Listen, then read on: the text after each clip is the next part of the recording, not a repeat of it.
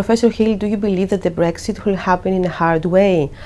In the next few months, we will see the European Union clashing with London about the rules that they are going to have if Britain wants to take part in the common market. I think that the huge problem is the free movement of people. At the moment, it looks like that, but the political mood seems to change every week or every 2 weeks. There's certainly a polarisation between the Brexit camp in Britain, which is increasingly confident after the referendum vote, and as we saw at the Conservative Party conference, Prime Minister May seems to be now supporting the Brexiteers as opposed to being more sympathetic to the soft Brexit. But these things can change. It's true that the other members of the European Union are determined that it is not going to be easy for Britain to leave and still to get the deal that it wants, because otherwise that sends a very bad message to any country, including maybe Greece, that might want to leave the Union as well. So inevitably they have to make it difficult for the British. Of course, there is still an agenda here, slightly hidden, as to whether it might be possible for Britain to continue to remain a member of the European Union, because although at present it doesn't look very likely, there are plenty of people in Britain, both in the elite and in public opinion, who are very angry about the outcome of the referendum vote and would prefer Britain still to be a member. And it's possible that with the passage of time of a year, 2 years, that opinion in Britain will change, that the Union itself will change, and that it will be possible to go to the Parliament in London and to ask for a vote as to whether or not either there should be a second referendum or whether simply parliamentary sovereignty has to be decisive and Britain should still remain. I think that it's unlikely, but it's still possible because there are plenty of people inside the other member states who would prefer Britain still to be a member, including in Germany and in France. So that's the more remote possibility. The most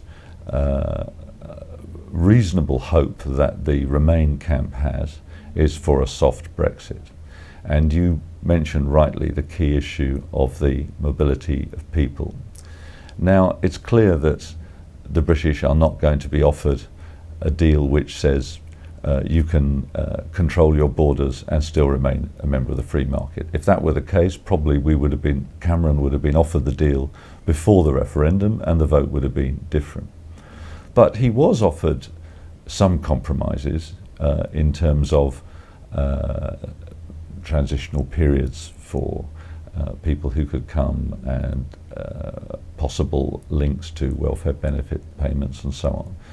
And one can imagine that that package could be rethought, represented, maybe slightly improved, and that would enable some kind of a deal to be done on Britain's access to the single market. But the real difficulty for many of the Brexit camp is that it's not just about freedom of movement, it's about the idea of British control over their own laws. And so if we are in the single market, but we are outside the Union in the way that, say, Norway is, inevitably we have to take the decisions made by the Union as a whole without being part of the decision-making process. And so the hard Brexit camp will say, well, what's the advantage in that? We don't benefit at all, so we may as well be completely out and then make our own trade arrangements. For people like me, that presents a whole new series of very difficult problems and will absorb Britain's political and economic energy for about 10 years. It seems to be a very self-defeating policy, but that is probably, if one had to bet, that is the most likely outcome at the moment. So you are a pessimist, and you believe that Britain will have to leave completely the common market? Yeah, it's possible, because it's very difficult to see how a real compromise can be made unless two things happen. Unless the other 27 member states are willing to offer Britain some more areas of compromise on how many people can come in and in what conditions to work, on the one hand, and within Britain, if the Brexiteer camp is prepared to say, yes, okay, well, we understand that we can't change the policy on mobility of labour, so we have to accept this compromise deal, which they weren't prepared to accept before the referendum, but if they now are forced to face the contradiction, they might. But it will take time, and it's a big gamble, political gamble. Everybody knows that.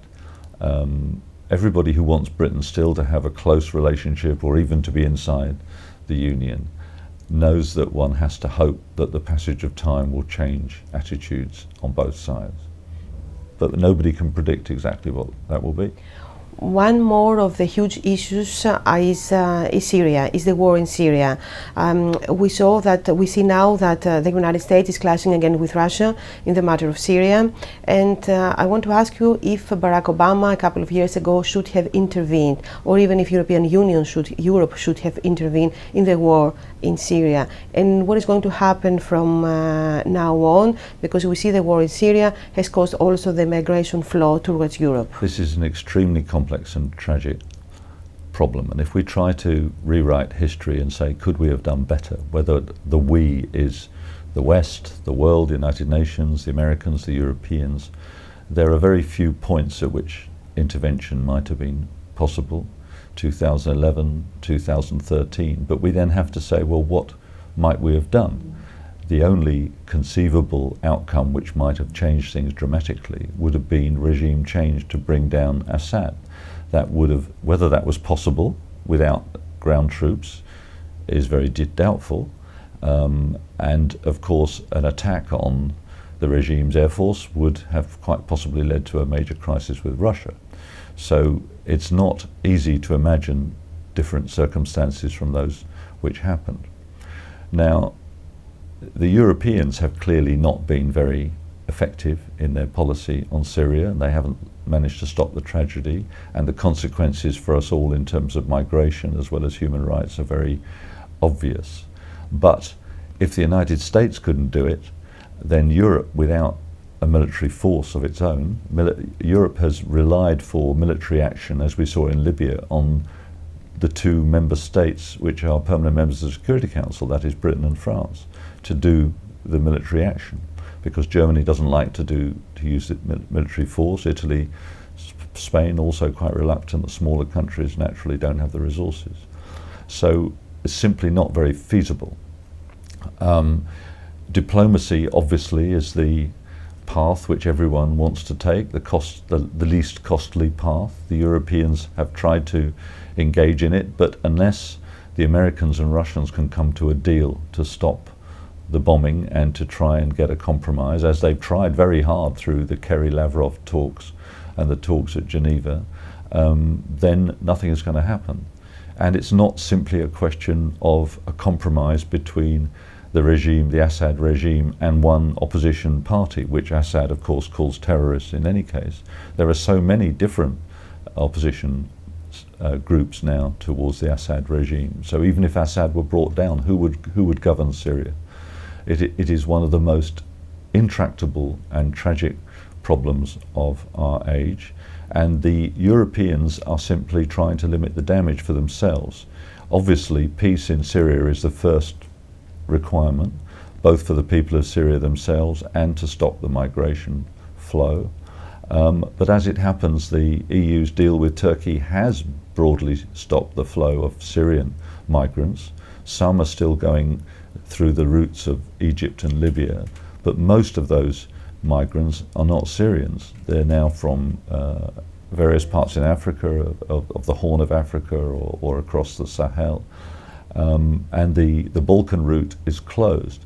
So that means that Syrians are still escaping the terrible bombing, but they're ending up in Turkey or Lebanon or Jordan and in the camps.